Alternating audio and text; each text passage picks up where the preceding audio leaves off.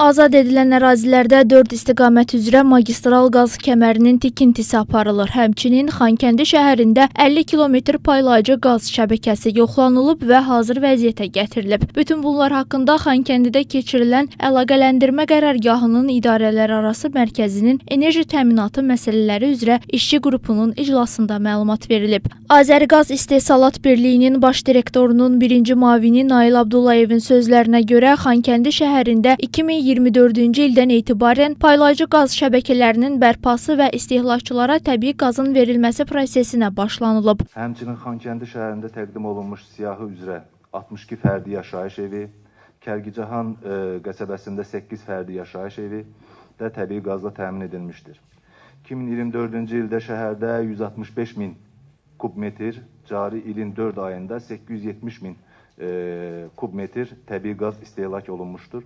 Hal-hazırda Şuşa, Ağdərə, Xocavənd və Xocalı rayonlarında ümumən 2700 fərdi evin əhatə etməkdə 25 kəndin daşıyıcı və kənd daxili paylayıcı qaz şəbəkələrinin bərpası və yenidən qurulması nəzərdə tutulmuşdur.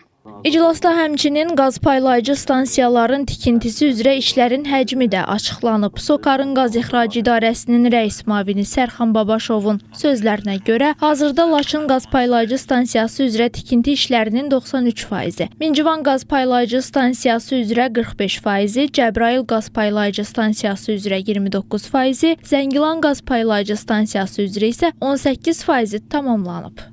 Horadiz Laçın qaz kəməri çəkilmiş. Bu kəmərin uzunluğu 132 kilometrdir və bu kəmər üzərində Cəbrayıl GPS, Zəngilan GPS, Mincivan GPS, yəni mən qaz paylayıcı stansiyanı nəzərdə tuturam. Qubadlı Laçın GPS qaz kəməri üzərində quraşdırılmışdır. İkinci bizim istiqamətimiz Şuşa istiqamətində, yəni Böyük Bəhmənlidən Şuşa istiqamətinə 86 kilometr xətt çəkilmiş, 530 millimetr olan diametri və bu xəttin üzərində, Böyük Bəhmənli Şuşa xəttin üzərində Füzuli, Ağoğlan, yəni Hadrut və eyni zamanda Şuşa şəhərinin özü. Yəni bu kəmər üzərində 3 dənə qaz paylayıcı stansiyanın tikintisi işləri aparılmışdır. Azərbaycanın işğaldan azad edilən ərazilərində yaşıl enerji layihələrinin genişləndirilməsi çərçivəsində Cəbrayılda 240 meqavat gücündə Günəş elektrik stansiyasının enerji sisteminə inteqrasiyası üçün yarım stansiya tikilir. Azərenerji Açıq Səhmdar Cəmiyyətinin sədr müşaviri Vüqar Əliyevin sözlərinə görə, ümumilikdə Qarabağ və Şərqi Zəngəzur iqtisadi rayonlarında 500 meqavata yaxın hidroenerji və 300-400 meqavat gücündə günəş enerjisi layihələrinin həyata keçirilməsi nəzərdə tutulur. Xudafərin və Qızqalası layihələri bizim, yəni bu regionda yaşıl enerji ilə təminatımız 1000 meqavatdan yuxarı gözlənilir ki, bu da bizim demək şəhər salma konsepsiyasında aparılan hesabata əsasən 2040-cı ildə regionun tələbatı 1000 meqavat gözlənilir.